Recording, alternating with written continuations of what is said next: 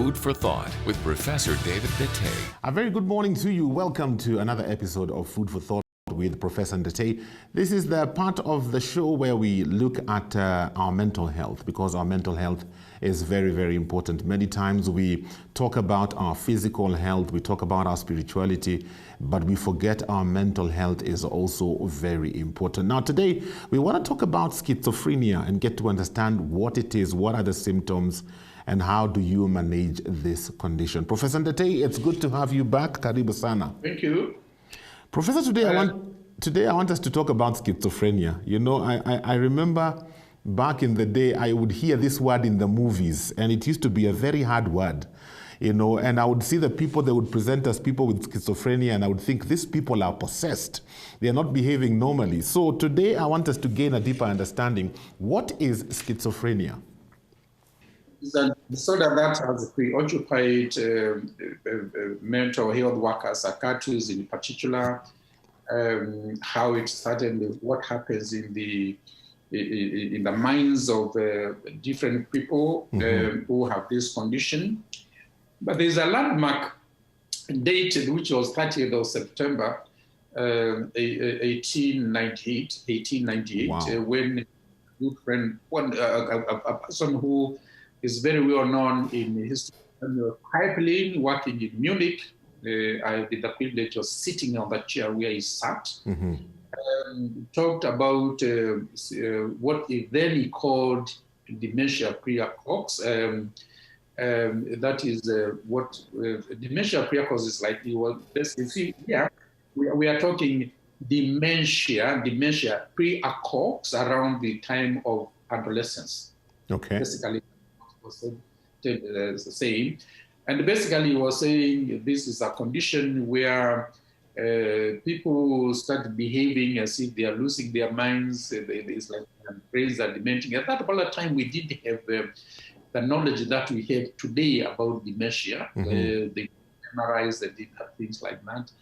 But it was in 1911, much later, when people said, dementia, we are talking about dementia occurring in adolescence.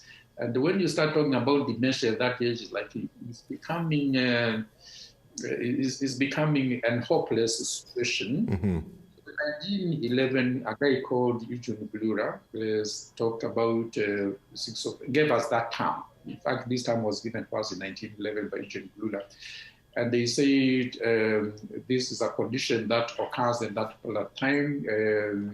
And schizophrenia is, like he was saying, basically means splitting of the mind. The first one is dementia of the mind, now splitting of the mind.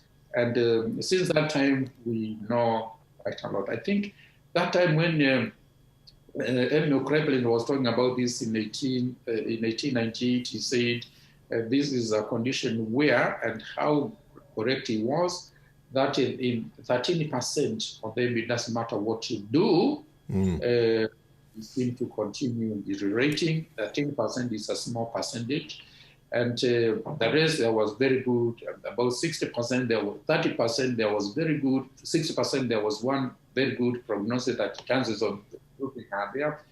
Were good, and another smaller percentage, 30%, whatever you did, these people seem to gallop on for the rest of their lives. So this brings us to the issue of early psychosis, and this has preoccupied the minds of very many researchers. How can we detect this condition early? I think now we have reached a stage where we can now detect this condition very early before it occurs by looking for certain symptoms. Okay. We think may lead to this condition. I think it's important for Kenyans to know. Africa, and where we are, is one of the leading centers in this kind of research. Not because of us, but we just happen to have people who came looking for us. Yes.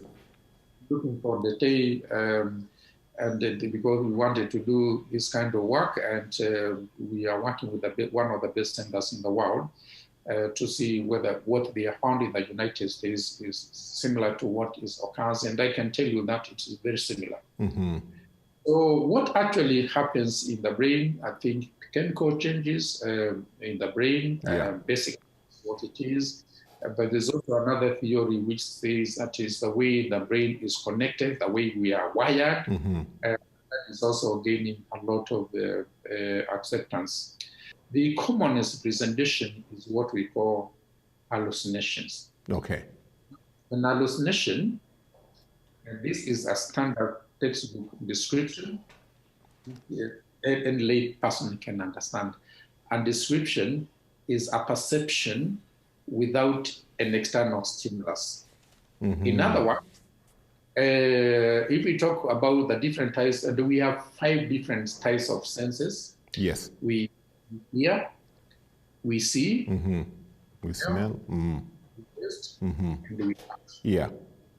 Those are the 5 different senses. The commonest one in schizophrenia is hearing. In other words, we can hear voices which other people cannot hear. Yes. In other words, they are hearing voices when there is no stimulus. They can hear of a person talking. That person is not there.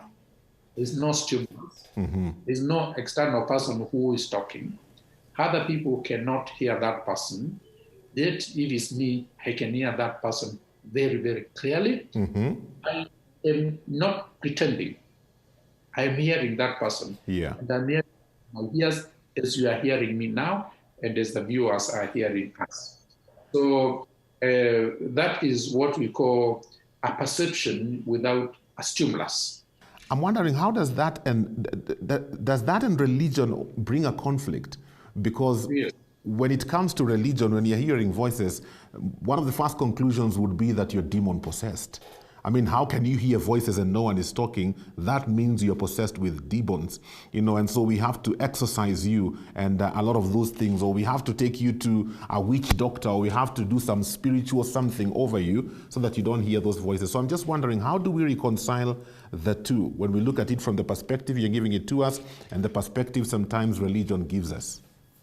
It depends on the explanatory model that we take.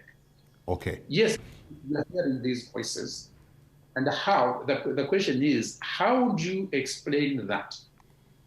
How do you, if I'm the one who's hearing voices, and I may not tell anybody, and I hope we'll have time to talk about what is non-hallucinatory dreaming. And I'm saying I am hearing voices, or I'm accusing you of talking about me. The explanatory model is based on the prevailing culture of that. And you can't blame them. If they are hearing voices, the most ordinary explanatory model, if they don't belong to a certain religion or certain belief, and they believe in witchcraft, then they blame it on witchcraft. It's people who are bewitching me so that I can be hearing voices. Yeah.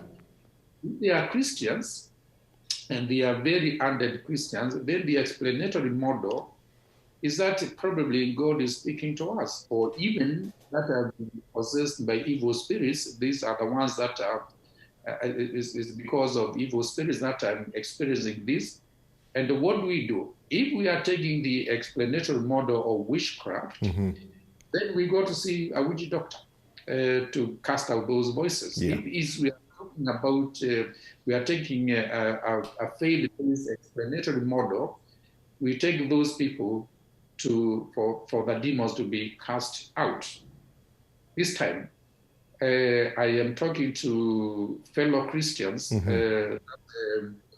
Yeah, there could be a different explanatory model. Then there is a medical model, which we know is based on chemical changes in the brain, is based on how we are wired, is in a way is anatomical. Anatomical, it means that it is the way the nerves are connected that makes us hear voices. It is because the certain parts of the brain, these abnormalities, if they are touching on those parts of the brain that are concerned with hearing, then you can start hearing voices, because the nerves in that part of the brain make that part of the brain believe that you are hearing voices. Oh. They may be hearing voices that are pleasant, so they have no problem with that. In fact, they don't even want those voices to go. Well, that's food for thought for today with Professor Ndete. I hope the information we are giving you is helping you gain a deeper understanding of mental health issues. We'll catch up again next week right here on Family Radio 316 and Family TV. Have yourselves a great weekend.